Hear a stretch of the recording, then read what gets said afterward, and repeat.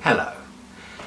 I would argue that composer Ennio Morricone is the most influential Western composer of all time.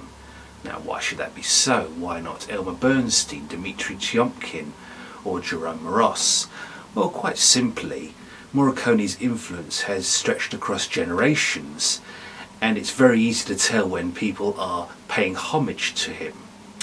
With No Name and Dynamite, this becomes very apparent in a number of cues. You'll hear stuff from Good, the Bad and the Ugly, at least instrumentally, as well as Once Upon a Time in the West. Now, where this differs from other efforts is that it's more homage rather than a hodgepodge, as in Chuck Cirino develops his own ideas, and while the dissonance in a track like A Light Through the Darkness is a little bit off and underdeveloped, overall he does extremely well here, and I did enjoy his soundtrack immensely. Whereas Marco Beltrami's 3:10 to Yuma, an Oscar-nominated effort if you can believe that, I did not like it. Good album cover art, but that's about it. But a track like Bible Study in that score, which is very definitely a reference to Ennio Morricone's The Good, the Bad and the Ugly, is just simply a cliche. The difference is that Cirino embraces the more traditional side of the Western, adds a little Morricone flavour, and then stirs in his own important ingredients.